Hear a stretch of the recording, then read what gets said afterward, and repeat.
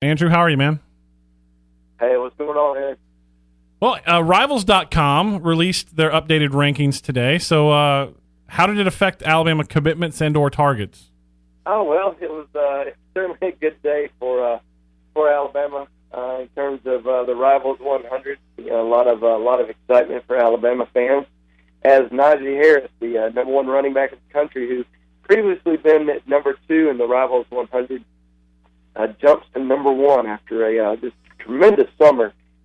Just shined at every camp that he went to, and just more evaluations. And so Rivals.com decided to move him all the way to number 1. I mean, he's certainly a tremendous prospect, and certainly one of the best running backs that we've seen over the last several years. I mean, the kid is 6'2", 225 pounds, who just moves with it seems like just little effort, and he's just just a tremendous talent at the position. And a lot of people talk about running backs being devalued by the NFL, but you're starting to see it's starting to come back a little bit with guys like Todd Gurley, Melvin Gordon being drafted in the first round, Ezekiel Elliott. So we think that a guy like Najee Harris certainly has first round potential and high first round potential. But and not only that, but the opportunity to be a very elite player at the college level.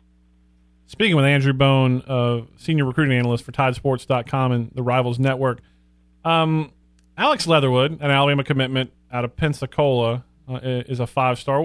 What kind of player is he? And I know you've been really high on this class of offensive linemen that Alabama's trying to bring in this year. Yeah, Leatherwood is certainly another tremendous talent, a guy that he's one of those guys that really doesn't mess around. He's one of those dirty offensive linemen that he's gonna go all the way until the whistle blows, and he's mean. He just plays with that nasty streak you look for in an offensive lineman. There, 6'5", right at about 320 pounds. And just doesn't look like he has an ounce of fat on him. Won the MVP award at the Rivals 5-Star Challenge in Atlanta earlier this summer, and just had a great overall summer at various other camps. So it was sort of a expected thing for him to move up to 5 stars. And, there's a lot of really good offensive linemen throughout the country this year, and he's certainly one of the best ones out there. Speaking with Andrew Bone of TideSports.com, he's their senior recruiting analyst. Jedrek Willis, offensive tackle out of Lexington, Kentucky, is getting close to making a decision, I hear. Where does Alabama stand for him? I think Alabama's still in good shape with Jedrek Willis. Alabama has 4 offensive line commitments. I expect them to add at least 5. There could be a chance where they could end up adding 6 down the road, but Jedrek Willis certainly a guy who had planned on announcing a decision before his senior season started. It's still kind of up in the air when he may announce. We expect him to announce sometime in the very near future, just not sure when that's going to be. We don't think it's going to be a situation where he decides to wait until after his senior season or wait until closer to signing day. We think it's going to happen within the next few weeks. But Alabama, I think, is the team to beat for him. He's a very versatile offensive lineman. He can play tackle. He can play guard. I think he does have the ability to move inside at the next level, but certainly a guy that Alabama likes a lot. He's a 5-star offensive lineman. So if they ended up adding him, that would give Alabama 3 5-star offensive linemen in the class to go along with Leatherwood and Elliott Baker, the junior college lineman. So that would be pretty impressive if they end up with 3 5-star offensive linemen. Speaking with Andrew Bone of TideSports.com, you kind of hit on my next question: is does he project more inside in college, or is they like him at tackle? Well, I think they like his versatility. I think they like the fact that he can play guard or tackle. Sort of the same situation that has been going on with some of their other offensive line recruits that they've gone after over the last few years. Guys like Lester Cotton, Scott Lashley, and some of these guys who have the ability to play inside or out. So I think that's what they really like. They won't really know until he gets on campus.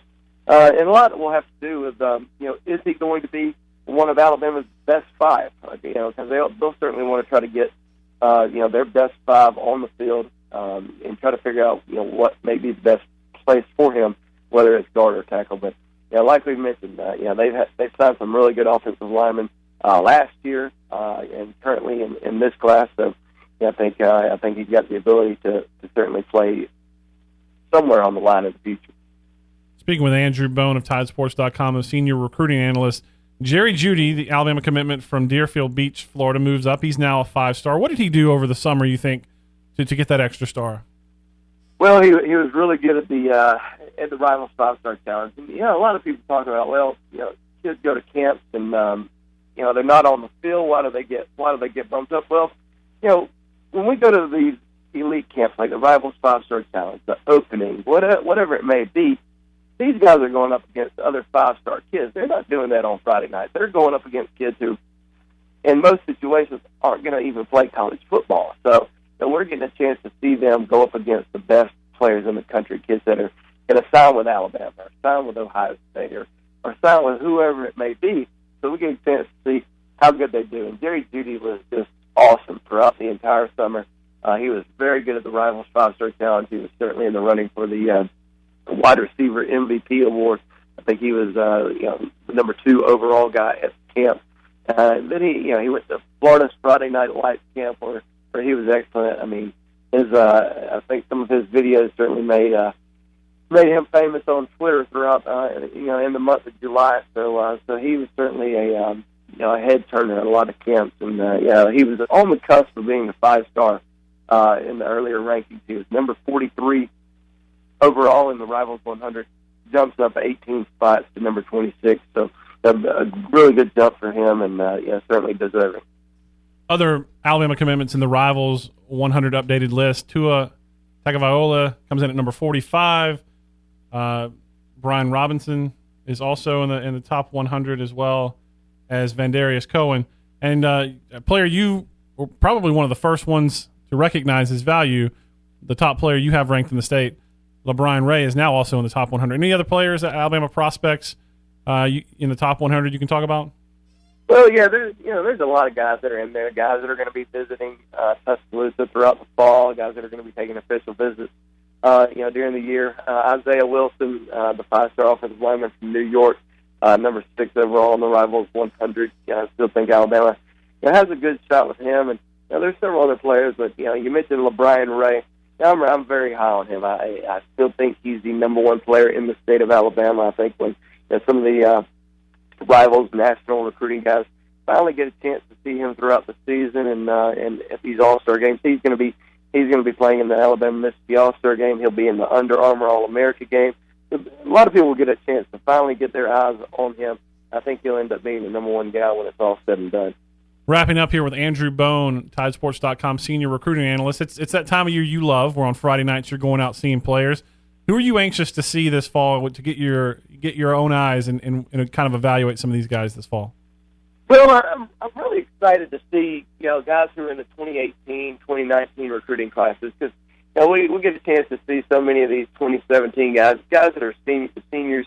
We see them throughout the year. We see them last football season, and this is kind of a time where we really evaluate next year's recruiting class and try to figure out who's going to be that top guy, in the state. Who's going to be a top 5 guy in the state? A couple wide receivers that I really like in the state of Alabama for next year is, first off, Justin Ross at Central High School in Phoenix City. I think he's the top player in the state of Alabama right now.